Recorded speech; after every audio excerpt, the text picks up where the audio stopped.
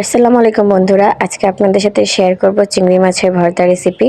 এখানে আমি চিংড়ি মাছ নিয়ে নিয়েছি, রসুন নিয়ে নিয়েছি, তার সাথে হলুদ, মরিচ, লবণ এবং কাঁচা পেঁয়াজ দিয়ে ভালো করে মাখিয়ে নিয়েছে।